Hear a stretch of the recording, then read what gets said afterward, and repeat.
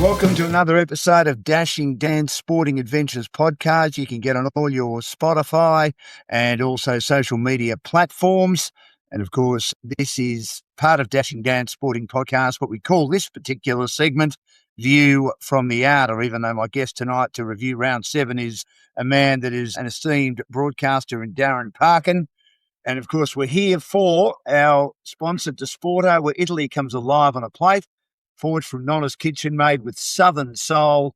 Some restaurants feed you. They bring you home. Every dish at Desporto is a love letter to southern Italy, artisan crafted from the freshest seasonal produce that have come from Italy, built on recipes passed down through generations and served with the warmth of family around a shared table. And their venues are Williamstown, Yarraville, Essendon, the kiosk at Williamstown Beach. They've got gelato Desporto, the best gelato you've ever had in your life, and a lovely bar at Yarraville, right next to their restaurant at Yarraville, and the kiosk and the gelato Desporto at Yarraville, Bottega Desporto as well. And come and join our family, and Claude and Antoinetta and the crew are magnificent. And tell them Dan sent you. Darren Parken, welcome to the program. I will certainly be doing that. That sounds mouth-watering. I'll be heading in, but yeah, good to be on. It was a round that I think was fairly predictable in terms of some of the matchups, but obviously there were some significant results. Port Adelaide's win, but other than that, it probably went to script. Obviously, Sydney getting hold of a decimated Bulldogs, Melbourne, Collingwood, St Kilda, even Brisbane to a degree winning comfortably was probably anticipated, and most of the other things weren't overly surprising either. The margins, did that surprise you a bit? In some cases, yes. I mean, for the Bulldogs, similar to their Geelong game, it's probably hard to get a read on the influence of injuries before a game, because you look at their group and you think they're still pretty talented. So you're not sure. You're probably thinking, oh, they might be up against it to win, but you're not sure if they should lose by 4 goals or 12 based on what you're sort of seeing. Gold Coast, probably, it wasn't unexpected they lost by that margin, but they would have been disappointed by that. And look, Essendon were 9 points down 5 minutes into the third quarter and lost by 77. Brisbane and Adelaide was tight for a bit. It probably doesn't surprise me that the Crows had a letdown of sorts, given the emotion of the week, and Brisbane were on the rebound. St Kilda winning by, I think, they 28 up halfway through the third and won by 100. Yeah, so a few, and even Melbourne, they were 2 goals up just before three-quarter time and won by 54. So, yeah, they certainly blew out. I think it tells you a little bit about the teams that they beat. Yeah, a long way off at the moment. We'll get to that in greater detail shortly, Parko, but unfortunately the round has been shrouded by the technology, which isn't working. Yeah. Greg Swan has come out today and said it took way too long for the Rowan Marshall mark. I've seen it ad nauseum like you would have. I'm not sure it was a mark. And I think I've been a big believer in this, same with the technology that's in cricket, that if you're looking for something to be there and you keep looking for it and keep looking for it and keep looking for it, it's not there, and vice versa as well. Do you agree with that? Yeah, I do. I think you put those things in for howlers. I mean, the obvious one as a Saints fan, for example, the 2009 grand final when Tom Hawkins' snap hits the post.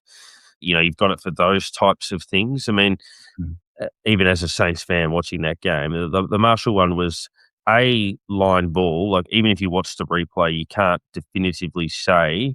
So there's not enough evidence to overturn it. The goal umpire hasn't made a poor decision there. He's made they've made, I'm not sure if it was the male or the female goal umpire, but they've made a call which is perfectly reasonable.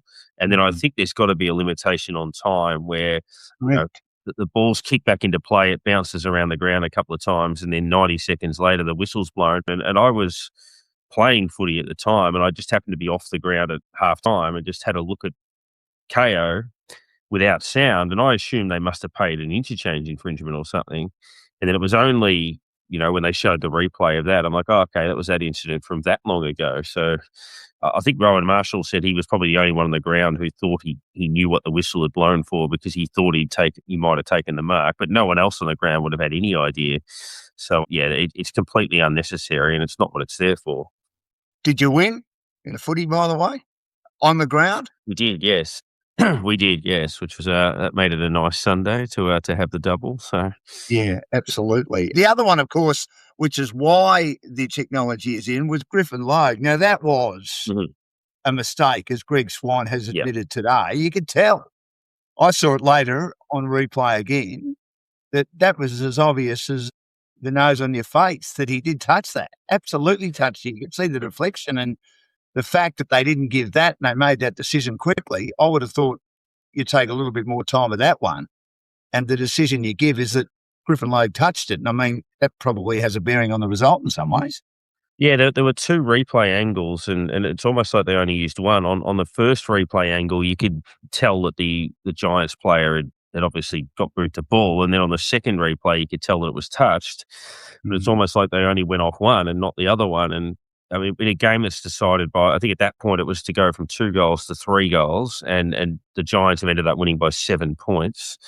I thought North were a bit stiff with a couple of non-holding the balls as well late in that game that could have given them a chance. Toby Green running inside 50 was stone cold. And then I reckon North had another one, maybe LDU late tackle just inside 50, and they didn't pay that one either. So, I mean, that's been a bit of a theme where the whistle's Mm. gone away a bit on holding the balls. But yeah, look, North, that was a good sign of their improvement, but they were certainly a bit stiff. I mean, going back to Thursday night, and the result was never in doubt. And I'm not whinging, and I don't normally criticise the umpires, but I thought Sydney got a better rub of the green in regard to the holding the balls. I thought there were 2 or 3. There was Davidson. Jakes, I think, was another one. I reckon West is having a horrible year at the moment. He's so badly out of form, was shoved in the back. And he was pinned for holding the ball, the same with the one on Davidson. Hines was another. And yet it goes the other way to Sydney and they get the free kick. So I think the holding the ball has always been inconsistent, hasn't it? That's an issue that they need to tidy up. Yeah, and look, they've got it more and more complicated each year. I mean, we obviously know it to be prior opportunity, genuine attempt, and there's nothing wrong with that rule. Like, if you don't have a prior opportunity, you must make a genuine attempt. If you do have prior opportunity, you must dispose of it correctly. And there's all sorts of things in regards to, it seems to be where it is on the ground. Obviously, you've got 4 umpires, so one might be slightly harsher than another. Umpires from different zones, obviously making the call. But yeah, I think it was a 27-15 overall in that game. Now, Sydney obviously won most stats, so they're probably going to win that one too. But yeah, I think even the night after, I thought Melbourne, who were probably always going to win, they got a pretty decent run of it as well. So yeah, it tended to roll with momentum a bit, which is not what you want. No, certainly not. You'd hope that, and I'm sure they do, the umpires' coaches will look at the evidence, which obviously the coaches of the clubs in the AFL look at the evidence, look at the tape to find out where they can improve, what went wrong, what was great. So yeah, it's one rule, as we said, needs to be cleaned up. The other one, and I hate it, I think it's the worst rule in the game, is the stand rule. And Mhm. it's certainly not worth 50 metres. It might be worth 15. But I still don't think that the players quite understand it. I can understand why they don't understand it, Parker. Yeah, 100%. And look, that Collingwood-Essendon game, I know Collingwood had the game done, but there were a couple late in that were a bit bewildering, the Langford goal and one or two others over the course of the weekend. And yeah, it's often that debate that, we used to have a 15-metre penalty, which became a 50-metre penalty. You wonder whether there's room for both of those in the game, as we've discussed. Like, there are clear 50-metre penalties where if you yell at an umpire or you belt someone or you're very late with a bump or a spoil. But, things like protected area and stand and, someone runs past 7 metres away and the guy's actually going to play on out the other direction and you have no bearing on it whatsoever. 50 metres seems pretty harsh for that. And, the stand rule, instinctively, you're going to go with the momentum. If a guy shapes to handball one way, you're probably going to, angle your arms that way or do something. So, yeah, it's kind of counterproductive or counterintuitive in a lot of ways to how you would normally play. And they do it occasionally. This has been another aspect that's come into it, that the umpires probably need to mention the player's name because Mhm. players of the team that are meant to be standing the mark get a bit confused, don't they? I mean, I thought Jamara, and he hasn't played footy for a long time, but he should have been told the rules. I just think didn't know the rules. Mhm. And I just thought they should have given him an out on that. But then again, if you give him an out, you've got to give someone else an out. But he just didn't know what to do, did he, in that situation? No, That's my interpretation of it. I always prefer it when umpires, you know, say player names. There was one in that St Kilda West Coast game we were talking about where Liam Ryan was following his direct opponent. West Coast had got a free kick. It's centre half back, and you're obviously allowed to be within arm's length of your direct opponent. And I think the umpire said, Liam Ryan, follow your man, as in follow him out, get out of the protected area. So I like that sort of clarity where they're actually explaining that to players. So, yeah, there should be more of it, I think, even if you don't know their name, which you should at this stage in the AFL, but, number 26 for West Coast or whatever you want to say, just as long as you're communicating in some form. Yeah, exactly. I agree with that. Well, we're here for Dashing Down Sporting Adventures View from the Outer. We are reviewing round 7, plus some of the interesting umpiring decisions over the weekend. And we're here for Desporto, the best Italian food in the northwest and western suburbs of Melbourne. They have a number of outlets, including Williamstown, where I attend twice a week. And even Dash, they have a pizza named after me. It's the Dan Lonigan Special, which is ham, potato, pumpkin and zucchini, because it's the Il Gambero, which was zucchini and prawns, but I'm allergic to shellfish and crustaceans, so we came up with something different. But as I say, it's the greatest Italian food I've ever had, whether you're pulling up a chair for dinner, grabbing your favourite pizza on the way home, or gathering the whole crew for something special. Sport Harvest, where the laid-back charm of Italy South meets the style of the North, familiar, generous and unforgettable. We'll start with Thursday night. The Dogs started okay, but they just didn't have the talent. 8 players who played 15 games or less. People talk about how good their list is.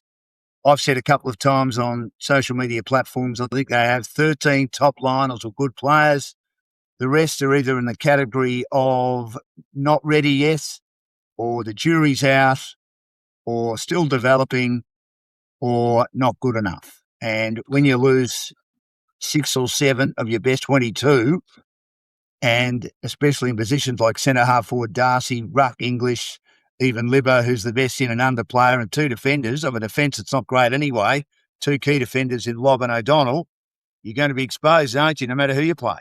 Yeah, it's too much of a structural issue that hit them, unfortunately. I mean, there's best 22 players and then there's structurally integral players. Obviously, English, Darcy clearly with the long-term injury, Libber on the inside, really assisting the dynamic midfielders that they have. Then, I mean, Aaron Norton, I know they're probably 4 or 5 goals down when he got hurt as well, which looked horrendous. It looked like that could have been even worse than it was. So thankfully not. But yeah, when they lost him, they were technically still in the game. And, structurally with Lobb and these sorts of players out of the side, then you've got Charlie Curnow finding form with Amadi playing well. They had 70 inside 50s, Sydney, against a decimated defence. And they're one of the premier sides in the competition. It was going to be difficult. I think for the Bulldogs, we just needed to settle down to see where they're at. I mean, obviously they're not going to get Darcy back, but English and Libber and obviously Norton post-concussion and these sorts of things, if they can get some sort of structure back, I think Lobb's a couple away, then, O'Donnell's about 3. The other one that they're missing is Butterick. As a small lockdown defender, he was very good. He also gives them some run. He was very good in the first month before getting injured, and I think they've forgotten about him. I think Garcia's in the best 23, but keeps getting injured. We know Waitford's in the best 23, hasn't played for a long, long time.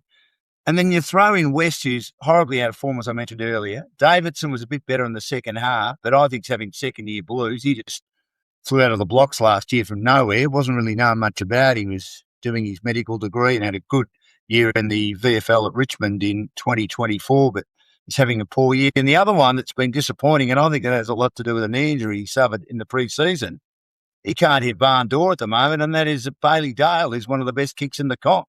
So with those guys out of form, too much is left to Bont, who's on one leg, and I thought he was magnificent on Thursday night, some of the things he did. Richards is injured. We know Norton's injured with the broken hand, and he's got a bit of a neck injury, but I think he might play. So, and they don't have a ruckman. They need a quality ruckman. Smith's not ready yet. And we know Emmett is definitely not ready yet. And when you're playing against, I think, the best ruckman in the comp this year in Brodie Grundy, we know how good Max Gawn is, but I think Grundy's the best this year on form. You're on a hiding to nothing, aren't you? Yeah, I think they were lambs to the slaughter, unfortunately, in many respects. But I think it's very difficult to judge. I mean, I hope there comes a time. Obviously, they're going to have to navigate it without their unicorn key forward, so to speak. But they're with the quality that they do have, and look, you can't undo impacts of pre-season. That'll obviously be there the whole way through. But we've seen them win a couple of interstate games against quality opposition in really difficult circumstances, beating Brisbane and Adelaide, having to weather the challenge in both games. So I just hope they get a run at it. I mean, they're always a side that people look at it and think, oh, they should deliver a little bit more than they do. But there's clearly mitigating factors right now. I mean, that was two sides at a top four where one was well short of their best and the other was not. And that was the gap between the two.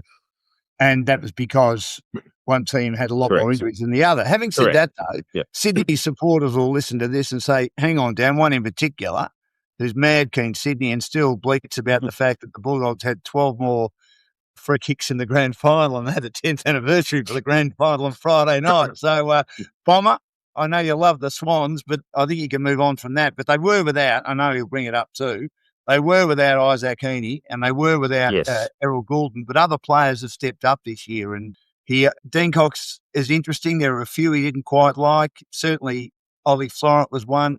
They allowed Hayward to go, which was an interesting choice. But someone like a Sheldrick, you couldn't get a run at it under John Longmire. He's playing some good footy. We know how well Grundy's going.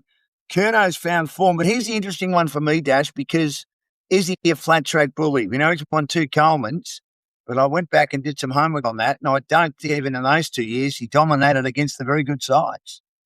No, I remember him kicking, 10 against West Coast or 11 against West Coast, 9 against North or whatever it was through that period. So I know that was similar in commentary around Ben King. Now, I mean, if you go back even through history, I mean, Tony Lockett would kick 6 and 7 against West Coast and Collingwood, and he would kick 12 and 13 against Brisbane and Sydney. That I guess it's normal that you're going to completely monster those teams, but you want to make contributions all the time. Like you want to, whether it's you're kicking 3s or 4s in those big games and, not being held to 1s and those sorts of things. So, yeah, I think for all of those key forwards, and that's where perhaps we've seen Gunston and Cameron deliver in those bigger matchups and those big games all the time in finals that you would see as perhaps the missing link for those guys. And yeah, I mean, even someone like Bice at Sydney, obviously Jai Sarong, these guys that they've been able to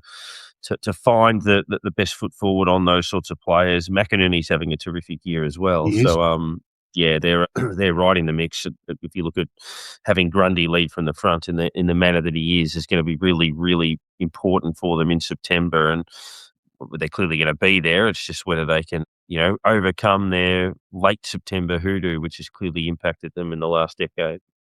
And McCartan, of course, he marks everything that moves. He took a number of intercept marks on the weekend. And Blakey, I love watching him play. And I've said this on this program before, that the head is shaking, the legs are moving. He's zooming through the middle of the ground. I'm thinking he has no idea where this footy's going. And the thing about it is, though, I don't think the opposition does either. So in some ways, that's a bit of a win. But he is a terrific player for them, isn't he? He is, yeah. He's dynamic, those 100-metre players that can run 50, kick at another 50. I think Doug Hawkins said run 30, kick at 60 as a 100-metre player once. But, the actual 100-metre players. So, yeah, he's definitely one of those. And, yeah, Sydney's only loss was to Hawthorn when they themselves were undermanned and they were 20 points up late in the third. So they not too far away from being unbeaten this year. No, they've been terrific. The Swans, they were like that 2 years ago, and they had their bad patch late in the season. And, of course, it continued into the grand final with Brisbane absolutely smashing them. Friday night, Melbourne, well, it's just funny to say this, the MCG specialist, considering it's been their home ground forever. But they've played 5 times there. They've won 5. I saw them against Gold Coast and thought, gee, this seems a better team than we're giving them credit for. They're very good against Brisbane, poor against Essendon, and, again, very good against Richmond. Cosy Pickett's having one of the great years. We know how good Gawn is. But they're not missing Petrarca. They're not missing Oliver. They're not even missing Viney. And they've got these young players. Langford's one of them. Chandler's certainly kicked on. He's been outstanding for them this year. Latrell Pickett's coming to help Cosy as well. And their defence is holding up. They're a lot better than we thought, Melbourne, I reckon. Yeah, and they're getting. I mean, Langford the week before had been outstanding. Then you look at someone like Windsor, who has 25 and kicks 2. You mentioned Pickett, 27 kicks and 4 goals. His effort against Carlton in that last quarter a few weeks ago was phenomenal. It's almost a quarter of the season. Sparrow playing well for them. Obviously, Steele with clearances and tackles. Langdon out on his wing. So yeah, they've got a good mix there.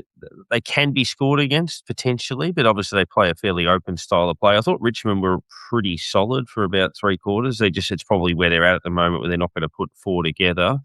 But yeah, Melbourne, their form line was unusual to beat Gold Coast, get flogged by Essendon, and beat Brisbane. But I think the Essendon game's the aberration in that.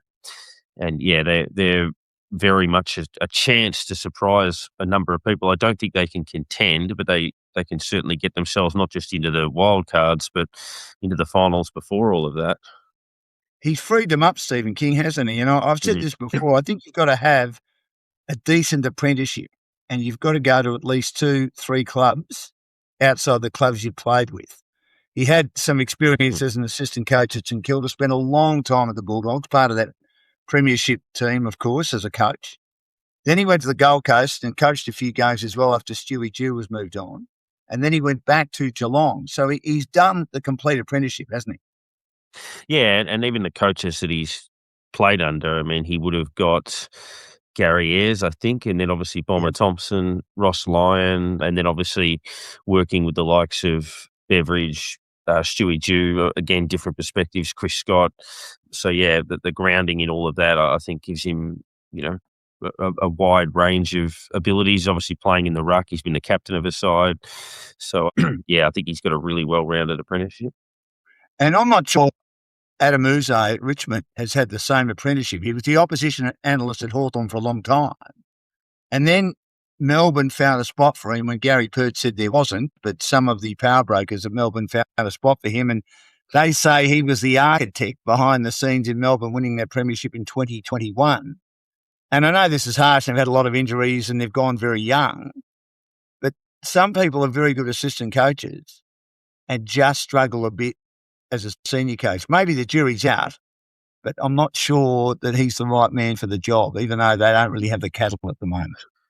Yeah, you look at some of those Collingwood assistants back in the day, Scott Waters, Mark Neal, those sorts of people that, when they got the keys, it wasn't quite the same when they were as highly regarded as they were behind the scenes. But then you look at others like Justin Longmuir from the same system who looks to be thriving. So, yeah, I mean, it depends. Look, it was always going to be a tough gig for the post-Hardwick coach. It was similar to the post-Sheedy coach at Essendon when Matty Knights took that role on, and that's where you look at someone like Hawthorn with Sam Mitchell, but obviously coming out of the same system. But yeah, it's always going to be very difficult to be the next man in, not just when the superstar coach departs, but also the list has been decimated or players have moved on and you really are starting again. So I always wonder whether the person who takes the keys next is the one that gets him to the top of the mountain, or if he starts the journey and then someone else does, and maybe that'll be the case. Well, Luke Beveridge was like that, wasn't he? Brendan McCartney had them playing very good football as a contested football side.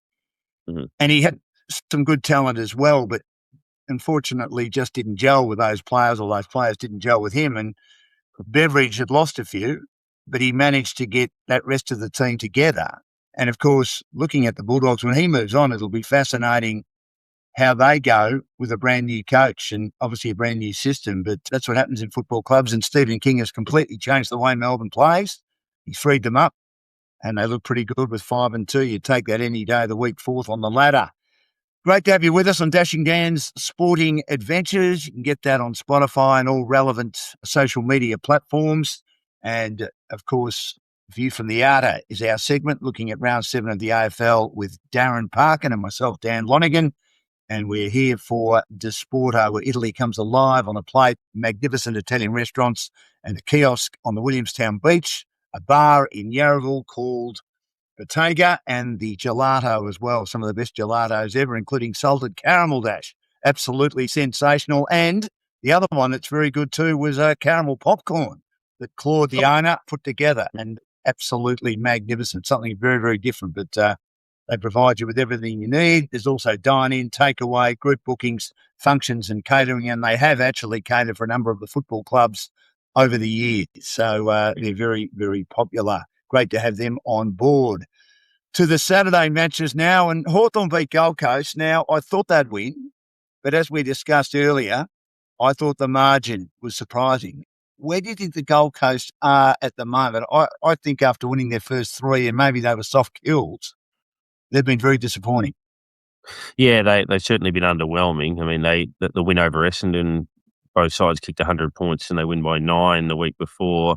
Given Essendon didn't exactly frank that the following week. I know they were good the week before, but yeah, and the Gold Coast beaten by Melbourne at the MCG, which doesn't look as bad as it did then, and then Sydney get hold of them in gather round fairly comfortably. And then, yeah, this game, I won't say they were never in it because they came from 7 goals down to get within maybe 14 points. But then it blew out again after that. And, yeah, just really disappointing. A lot of Hawthorn's prime movers around the ball, like Newcomb. I mean, D'Ambrosio uses it really well. McDonald's a really good player for them. And then obviously Jack Gunston remarkably in career best form over the last 2 years, given how good his CV looks. But yeah, Hawthorn, if you're discussing premiership contenders, they are certainly one of those. Yeah, well, they are. I mean, they've won 6 in a row. It's a bit like Collingwood of last year. They got belted in the opening game of the season, ironically, by GWS, who the Hawks have beaten by. And GWS since then have hardly fired a shot. But the Hawks look great, don't they? I think they've got all areas of the ground covered. We know how good Barras is. Battle's a very good player. Sicily, Hardwick, I think, is the best small defender in the competition. Their midfield doesn't run as deep as some other clubs, but they're all doing their job. And then the forward line with the evergreen Jack Gunston, Deers back in the side, Charles showing that he's got some ability, and Mitch Lewis having probably the best season of his career so far. And their small forwards, I mean, Nick Watson's a star. Ginnivan's a good player, and so is Dylan Moore, despite the fact he's had some issues off the field. They've got everything right, the Hawks, and the two rucks as well. I mean, they want for nothing. No, that's exactly right. And obviously Watson tracking towards, All-Australian selection and those sorts of things in terms of, those small forward roles. And, yeah, they're pressure through the middle, that they play a finals type of game too, where they're really physical and strong in the contest. And, that you can tell that there is some Sam Mitchell fingerprints all over that. So, yeah, you'd have them up towards the top of the tree. Obviously Sydney, even Brisbane, you would think will still be around the mark. But, yeah, they're three that are putting the early marker together, and you probably can't forget Freo either. No. Well, I mean, we'll get to Freo in a minute. Although, who have they beaten? That's the issue with Freo. They've beaten who they should beat. Yeah. And you can only beat who you play against. But Hawthorn have had a tougher draw and are just doing it comfortably. Do you think Gold Coast will make the top 6? I mean, we're not saying top 8 anymore, because if you make the top 6, you automatically qualify. If you finish 7th or 8th, of course, you've got to go through the wildcard round. Well, you'd have Hawthorn, Sydney, Brisbane, I think, as 3 that will definitely get there. You would then assume that Fremantle, I mean, Geelong, do they win enough games? Every now and then they throw in one like Saturday when Port smacked them, but you'd think they'll do enough. And then you look at that group, Freo, I mean, do Adelaide get rolling? Where are the Gold Coast at? Do Melbourne hold their ground? So, yeah, I'd say they're more likely than some, but outside of Sydney, Hawthorn and Brisbane, it's still quite open. It certainly is. Now, we'll look at the Geelong-Port Adelaide game now. That I didn't expect that, because I hadn't been all that impressed with Port. I hadn't been all that impressed with Josh Carr. But, gee, they were good. They should have won by a lot more, 15 scoring shots to 30. When their very good players play well, although Butters was well held by Ocean Mullen, they're a pretty good side. But I just don't think they run deep enough at the moment, do they? But that was a wonderful performance on the weekend against the Cats, who were pretty poor. It was, and difficult side, Port, to read. Obviously, as you say, they got thumped by North and they lost a home game to West Coast. They were getting belted by St Kilda for much of the night. They came back and challenged a bit in that, but then they nearly beat Hawthorn. They had the game on their boot at Marvel. They missed a shot in the last minute that would have won them the game, and then they should have beaten Geelong by 10 goals. I mean, Geelong had something like 5 inside 50s in the third quarter or something like that. Georgiades had 7 shots at goal in the first quarter. Yeah, so they were in complete control of that game, and it's going to be interesting to see where it all lands for them. Obviously, they got West Coast at a bad time when they were up early, but their body of work overall has been solid enough. Fascinating game, one of the more intriguing showdowns to come this week for them. And Geelong have had a couple of stinkers this year, and they've had a couple of games that they've looked untouchable. And they're probably a bit stiff in the Hawthorn game. They could have literally fallen either side of the coin. It just fell the other way. So their season would look a bit different had they have won that. But you think they'll keep themselves around the mark, Geelong, but they do throw in one of them every now and then. Myers was a big loss. I know they've got a lot of small forwards, but we haven't seen Stengel yet. Close is horribly out of form. Mm-hmm. And Manor, and I don't mean to be harsh here, he's played, a year and a half of senior footy, showing he can be a good player and a good side. But maybe with his form at the moment, that's the reason why he's taken a long time to be picked up. Now, I know there are some magnificent stories of players getting a go in their mid-20s, but why has it been until their mid-20s that they've got their chance? And I know I don't mean to be harsh on Sean. I think it's one of the great footy stories, but he just seems to have dropped off the pace a bit. They still need a ruckman. I don't think their midfield's deep enough. They've got the two great outside runners in Smith and Holmes. They've got Dempsey, who's another one-way runner, very good at getting forward and kicking goals. We know how good Atkins is, but Warple, to me, is a square peg in a round hole, Dash. Yeah, definitely. And you mentioned the rucks. I mean, Sweet and Vicentini, 53 hit-outs. Edwards, 14. Pinch hit with Neil. And it'd be interesting this week because Geelong coming up against North, and Cherry's just played a blinder in his comeback match from suspension. It's not going to get any easier for them in that space, and that's been the issue for them for a while. And I mean, Geelong, extremely well drilled, extremely well structured. But you do wonder sometimes when some of those role players, if their responsibility increases a little bit, where they sort of sit in all of that. And we know the Stengel thing's complicated, for want of a better expression. Manor and as you say, Close are miles off where they can be. So there's still a few things to improve, but they could come out and win the next 3 by 10 goals. They're that type of team. Now the Cats, and if Jeremy Cameron fires up, he's been inconsistent. He did kick 10 against the Bulldogs, and Bulldogs have this propensity with their back line to run players into form. We saw Curnow on the weekend as well. But, the Cats are an interesting watch.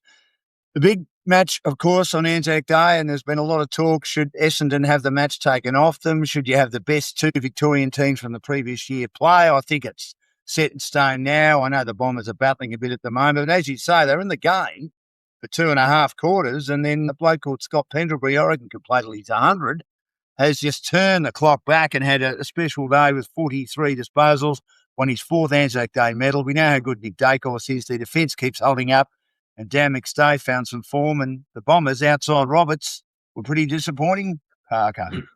Yeah, I can't think of too many games where 3 players have had 40 or more touches. Nick Dacos gets 42, and he's not the leading possession getter on the ground. I mean, Pendlebury, career high for him. His previous best was 42. He knocks up 43 in this game, kicks 2, takes 10 marks. Unbelievable game. I think a lot of people thought when he got injured in the prelim last year that, maybe that was Father Time just catching up on him a little bit. But out he comes here. He could play 450 games, and who knows, goes beyond that. I mean, Roberts has been unbelievable for Essendon in recent weeks. He had 27 at half time, I think, in that game.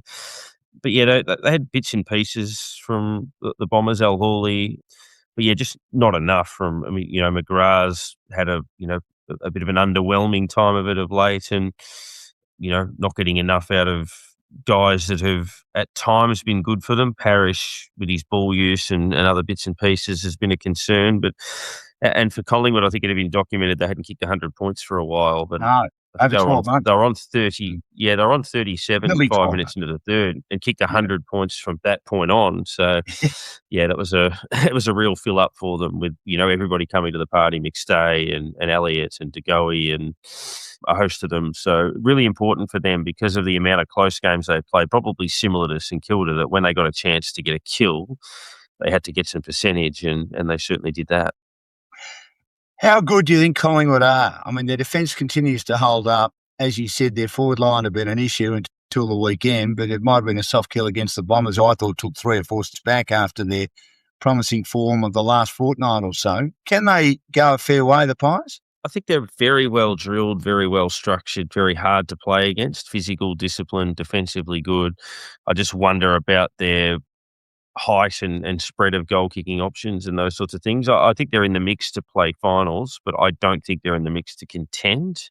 But one thing I reckon they'll do is they'll squeeze everything out of themselves and be the best version they can be this year. But yeah, I don't think they're quite the side they were over the last few years, but they're still, a very admirable outfit.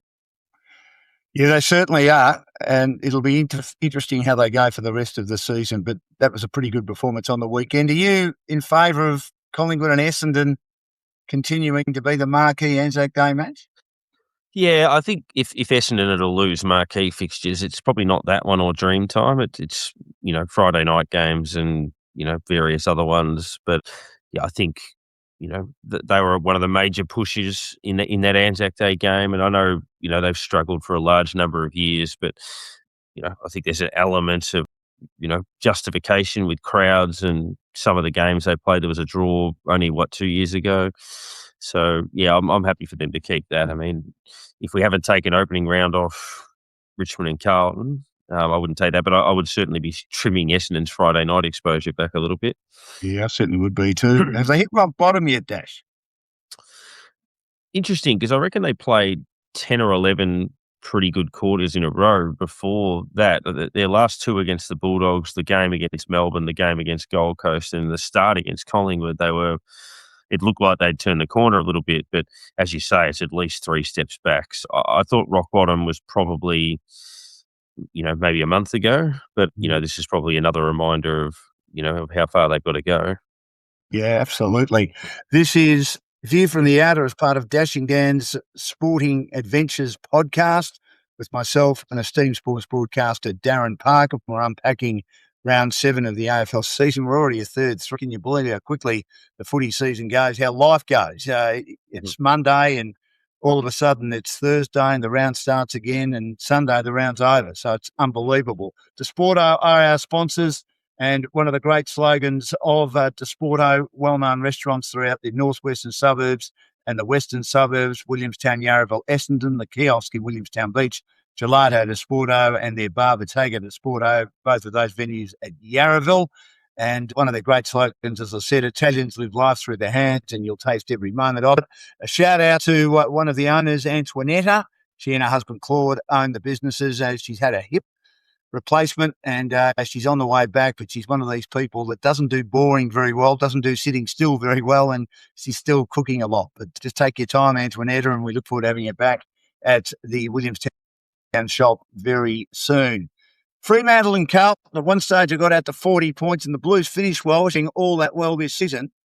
I know a lot of people might think I'm mad, and I am mad, there's no doubt about that, but I reckon they're going a bit better than 1-6 at the moment because they've been in most games. I know their supporters will be annoyed about that and they would want to be 6-1 because that's the way they operate. But 1-6 and they're playing some reasonable footy. It doesn't make a lot of sense, does it? Yeah, they've been in a winning position in a lot of games. I mean, this one and the Crows game, probably similar, where just for a couple of periods in the game, the Crows had a bit of class on them. I think it was second and third quarter of that game, or second quarter in particular. And then this one, obviously, Fremantle, third quarter, they got hold of it a little bit. Carlton hung in there, but it felt like they were hanging in there. And then Freo blew it out late, and then Carlton finished strong. But if you look at their season, 4 goals up on Sydney, and then obviously it went very badly after that.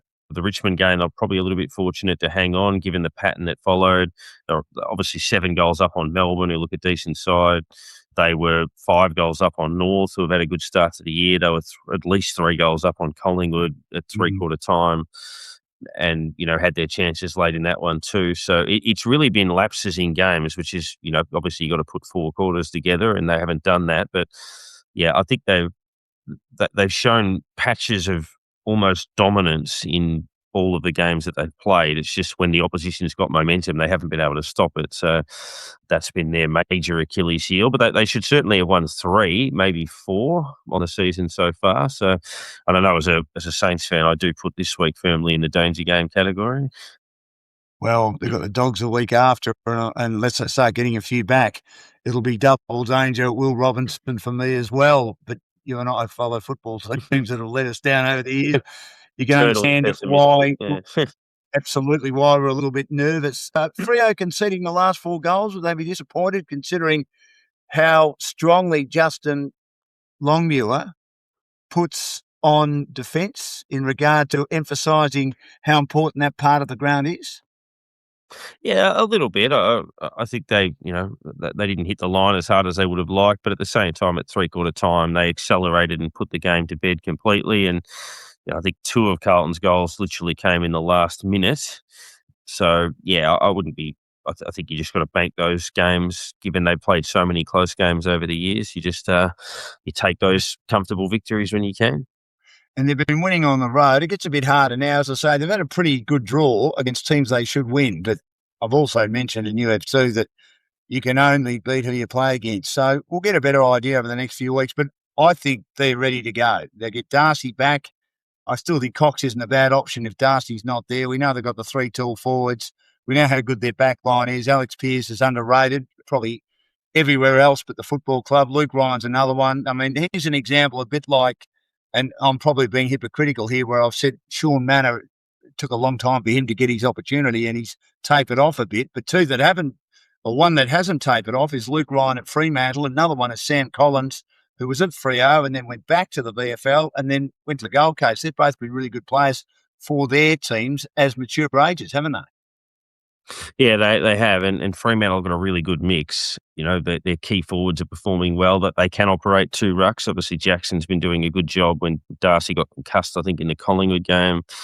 But, they've got the option to do that. Their defence is rock solid, an elite mids with Sarong and these sorts of players. So, yeah, there's not a lot lacking in their side. Even in the last few years, they've probably dropped a couple of close games that have denied them a chance to finish top 4.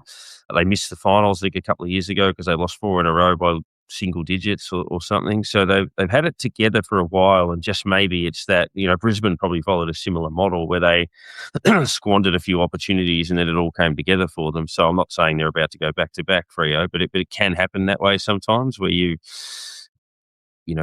some of those painful losses teach you those lessons and you either go one way or the other, and they look like they've galvanised a bit. And the way they beat Adelaide and the way they beat Collingwood in those hard-fought games is a really good sign of their maturity. Yeah, certainly. And as I say, they've got an injury hit Dogs this week. They should win that, be 7-1, 7 in a row, and start to set their season up. Just a couple of questions again on Carlton. Does it tell you a bit about Michael Voss that he can't change the momentum? And also, have Carlton got too many players from other clubs who've gone backwards and at the end of the day probably weren't quite good enough anyway? Yeah, in regard to being game changers. Yeah, I think they've certainly tipped the ledge of, too much in terms of recycled players and the types of recycled players.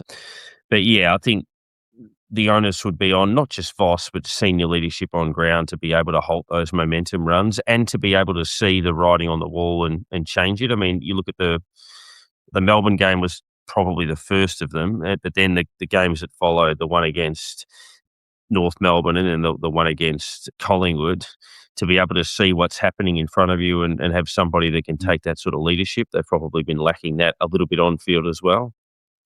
2 Sundays games and a team that has gone out and got players from other clubs. The Saints, I reckon, haven't been far away either. Ross Lyon, again, I've got a great view on him and he polarises people.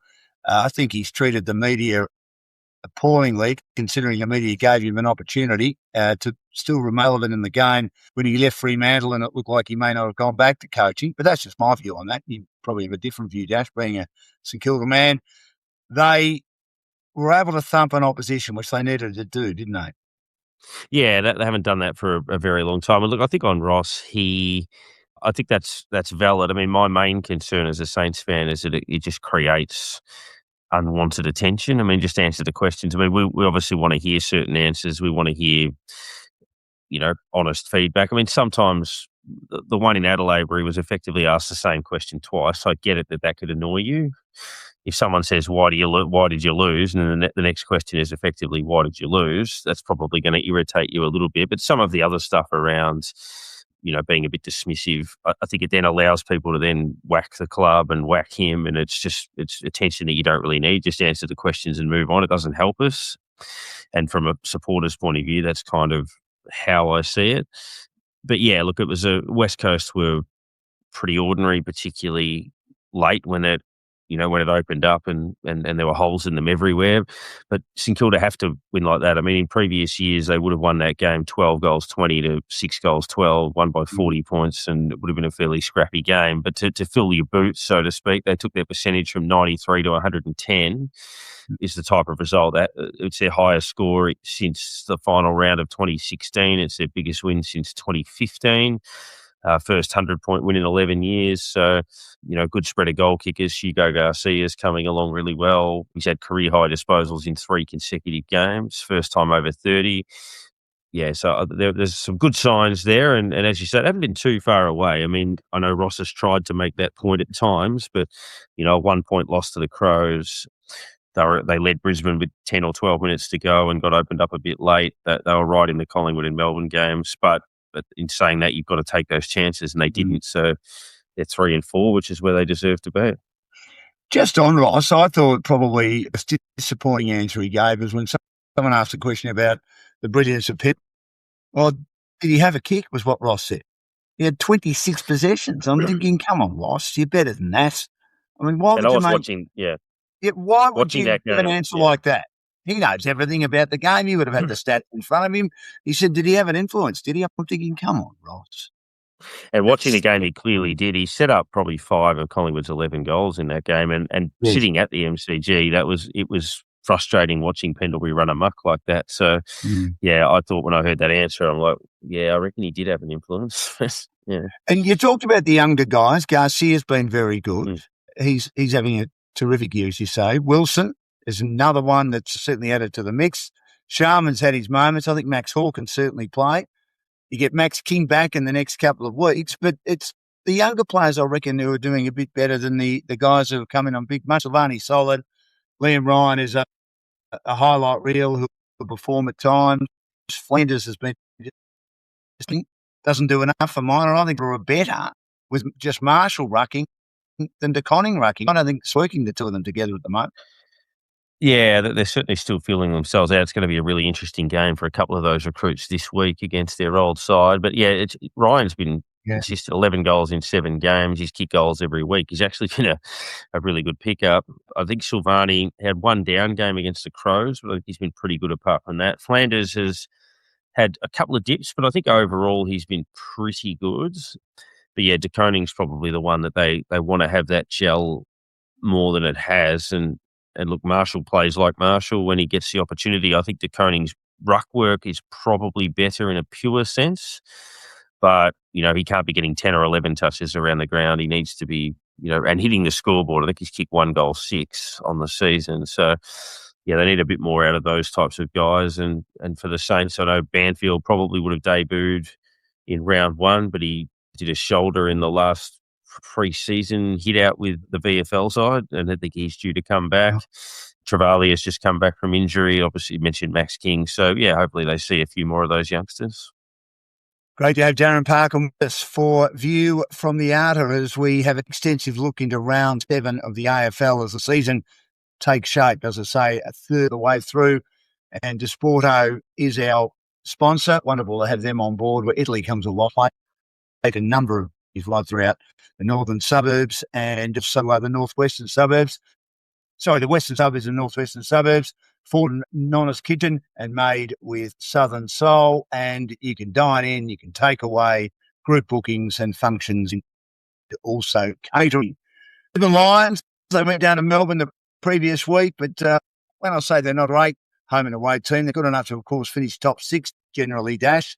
But they got back to their old form, far too good for Adelaide, who to me was fool's gold last year when you look at how well they played in the finals. I think they've got, and mentioned this at a couple of the teams earlier on tonight, I think they've got holes everywhere, the Crows, and I think they're where they are and going to battle a bit now.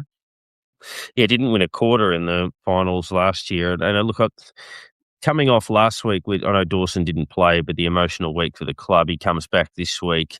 I think coming off that home game and the euphoria around that, playing a Brisbane side on the rebound at the Gabba, it was always going to be difficult. They probably would have expected to get a bit closer than that. But yeah, I think they were able to not capitalise on all of their home fixtures last year and win the games they were supposed to win. That they're certainly a capable side, but if you were to rank the hierarchy, you wouldn't have them in the top 2 or the top 4 necessarily. But, I still Or think top they can do 6. some damage. Yeah, I still think they can do some damage. But, yeah, I think the minor premier last year was probably shown to be flattering. And yeah, Yes. Brisbane, ironically, when they won their last three-peat, they didn't win a minor premiership on any of those occasions. And they're doing the same thing now where they're kind of doing enough through home and away seasons to be around the mark. And then they raise the bar significantly in September. Are they a better team, talent-wise, if that's possible, than last year? Probably. I know they lost that Melbourne game, which would have disappointed them and a couple early, but, Oscar Allen's a really good pickup for them. Draper still finding his feet a little bit. The Ashcrofts are getting better. There's enough talent there coming through to rejuvenate, even if a Zorko or retires eventually and Neil goes to Perth or whatever it may be, that they can, stay around the mark. And obviously Hipwood will come back into that side potentially. So yeah, there's a lot of upside still in them. And they've got unsung heroes, and I think one of them is Rochester, who's going to be the VFL captain, or of course, their team. He was the Royals, one of a better expression. And our back, hardly missed game 6. I mean, he's the sort of player, teams in your 6, 7, who just does their job week in, week out. Yeah, so he's certainly a very, very, very good player, Ryan Lester. Okay, let's move on. And that was a game that was, Shrap Percy regarding the Griffith. Did he touch it or didn't he touch it? And look, I know that he did touch it, but the important goal on the end. The Giants got over the line, but North aren't far away, although they are to be seen as genuine improvers, Dash. I would have thought they needed to win those sort of games, and they just weren't able to do it. But they were a little bit unlucky. And as far as the Giants are concerned, they've got a lot of injuries, and they're playing after their great win over Hawthorn and Brown, in my perspective. Yeah, we saw them a couple of weeks ago put Richmond to the sword when they got a few players back. Probably didn't tell us the full story. They were extremely wasteful against Sydney in the local derby, which was a similar loss to the Collingwood one, where they had a lot of momentum in the third quarter but couldn't convert, which has been a bit of an issue for them. And then, North, if you balance their season, they've been ruthless when they've needed to be. They put Port away. They put Richmond away. They won by, 50 and 70 or something in those games. They let West Coast back in, which would have been frustrating. They were able to overrun Carlton. If you look at that, winning the Carlton game coming from behind and then losing this one, which was a 50-50, so, 4-3 probably balances itself out. Interesting game against Geelong. I mean, Virginia Park, not an easy place to go, but, Cherry could certainly give them first use. Larky's playing well enough. Curtis goes right. Trembath was a bit quiet on the weekend, but can certainly play. And their midfield's going all right. So, yeah, I'd give them a sneaky chance down the highway in that game. But, I think North would expect to be competitive every week and would expect to win close to double-figure games, I would think, on the season. And I think that they could certainly finish higher than the Giants.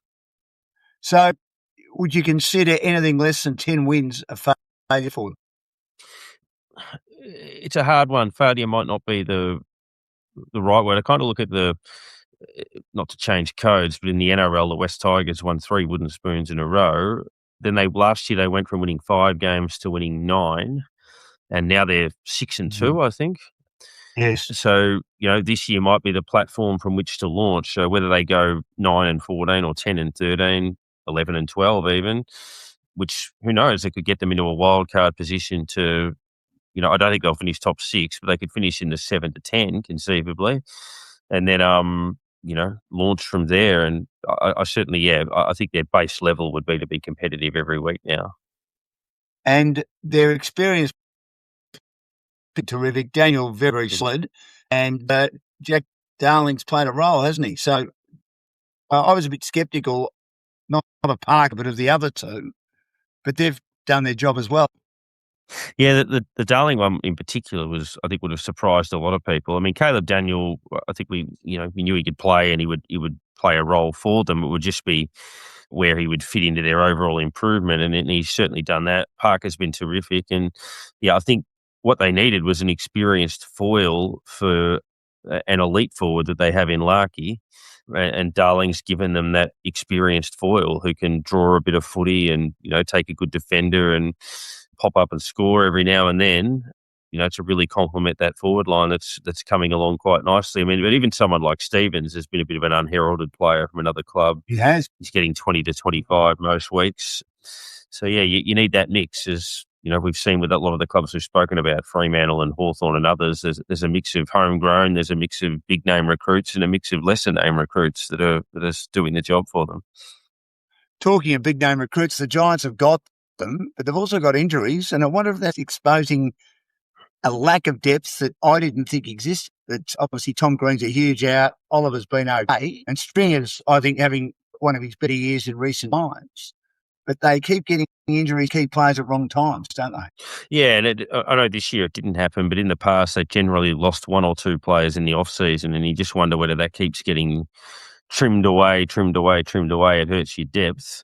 And then when you get these injuries to those players, sooner or later you go, instead of batting 8, 9, 10 deep, you might bat 4, 5, 6 deep, and then it starts to chip away. But there's obviously a few other things too. I still think they're underachieving based on what they have. So, yeah, we'll see where it does land for them. But they're in a bit of no man's land. I think they've got a more talented list than, even with the injuries, than their results would suggest. And just before we look at this weekend's round of fixtures, great to have you part of you for the Out of Dashing Game Sporting Adventures as Parko's dog makes an entrance. Dog did when they had, of course, a controversial tribunal here. Jason Johnson was in a car, and I think one of the other tribunal members was at home and the dog was barking, but this is a little bit different. Your dog can bark, Parko. It's great to have the dog part of the program. Lockie Neal, we expect, will go back to Perth to be close to his children who are very young. Today was the first day when West Coast flagged their interest in him. Now, they've had two big 100-point losses in recent times after they won those two in a row. How important is it for them to show some form and ensure that those 100-point losses don't occur again for Lockie Neal to consider them a viable option if he is to continue his career in Perth next year? Yeah, because, I mean, your logic would suggest if he goes to Freo, he would walk into a side that could win the flag, whereas at West Coast, West Coast have got a reasonable core of young players, but obviously they've got to eradicate those. I mean, West Coast might have privately expressed interest, and obviously now they've done it publicly, but yeah, you've got to be able to sell something, and I thought they had that behind them. I think I read somewhere that in the last 4 years they've lost 9 times by 100 points, and the rest of the competition collectively have lost 7. So it's an alarming stat. Yeah, it's an alarming stat for them. I think they had 4 in a season a few years ago. That 170-point loss they had to Sydney. Adelaide got them, I think, when Tex kicked 10. But yeah, look, I think they've been better. But the last month has been back to the doldrums of the last couple of years. That's for sure. I mean, relying too much on Dersman to a lesser extent. Reid, who probably hasn't kicked on Harley Reid as much as we would have liked. I mean, when I was growing up, or into my early 20s, I made the finals every year between 1990 and 99. And then when John Worsfold takes over after some tough years under Ken Judge, they're pretty good for the next 5 years and go on to win a premiership. And Ab Simpson had them in the finals regularly as well. But since then, they've hardly fired a shot. Just before we go, Dash, some big games this particular weekend. What's tickling your fancy the most, do you think? Yeah, I mean, they've all got something in them. I mean, where do Collingwood measure up against Hawthorn? That'll probably tell us a little bit. Can the Bulldogs find something against an informed Freo? The showdown's really curious. West Coast Richmond, obviously someone's going to win that game, so that'll be interesting. Can North hold a candle to Geelong down the highway? And then probably significantly on Sunday, where are Melbourne at when they play the league-leading Swans at the SCG? Well, that's a game way, of course, for the Demons who've been great at home and haven't proven themselves away, and they probably to be right in contention at the end of the season. Yeah, 100%. It's the difference between, top 4, top 6 and top 8. So, yeah, definitely.